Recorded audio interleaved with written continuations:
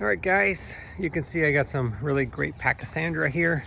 It's been here for many years, but unfortunately we're gonna have to move it. So I'm gonna show you how to transplant it properly. So let me just kind of come over here and show you what these actually look like. So a lot of times you see it all, let me zoom out, see it all bunched up. It looks like there's a million plants. When you pull it back, there's actually kind of some main root areas like here, and the rest is kind of just hangs over. So if you look at this ball I was pulling up here, what I did is I dug around it with my spade shovel. I'm trying to get as many roots as I can, as deep as I can, and then what I'm doing is using my hands to kind of dig the rest out and pull it out as a clump.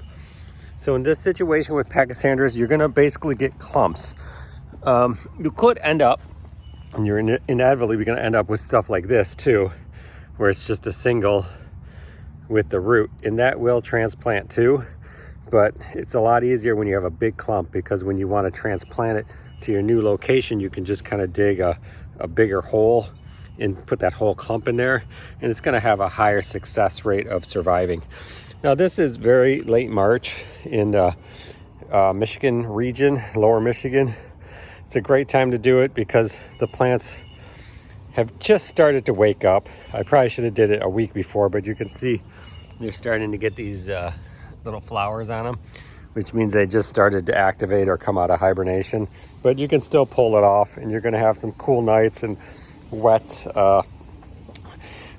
days where it can self transfer or self adjust, and it has time where it's not 70 or 80 degrees and sunny, and it's got to fight all those conditions. So it's going to be kind of like I like to say it's like a refrigerated condition where it can slowly warm up and get acclimated to its new surroundings.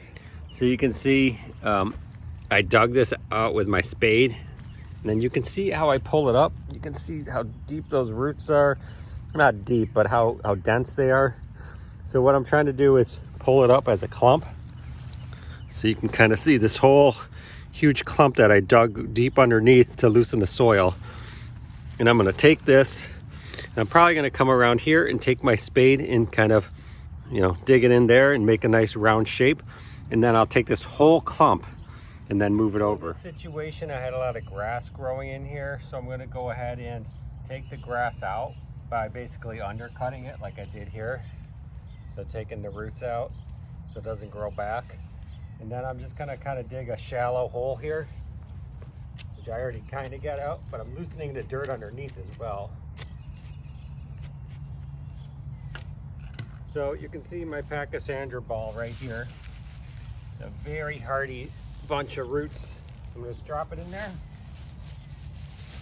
It's about 4 inches deep. I'm not gonna worry about the leaves right now, but you can use a shovel or your hands and just kind of push that dirt back in so those roots are nicely tucked in.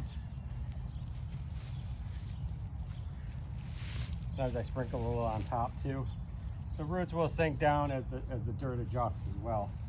And you want to pull out, make sure your leaves don't get buried, because it's going to slow the growth down.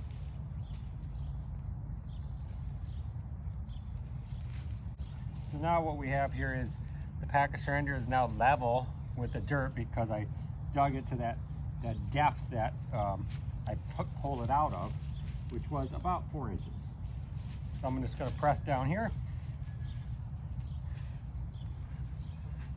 Now, Pachysandra do take a little while to get their roots situated, especially these are very mature, but when you go to a nursery and get some from a pot, they could take a whole year to just get settled and do nothing. There's a saying, basically it's first year they get situated, second year they take root and start growing, and third year they start really making headway as a ground cover should. So there it is. And I'll post updates through the summer so you can kind of see how it progresses. But I'm gonna go ahead and do some here. So we'll have a whole solid wall. Pachysandra works really good when it's grouped together, and it's most effective in most attractive as a ground cover that covers a larger section, not just a little section like this. But by design, Pachysandra will spread out quite nicely.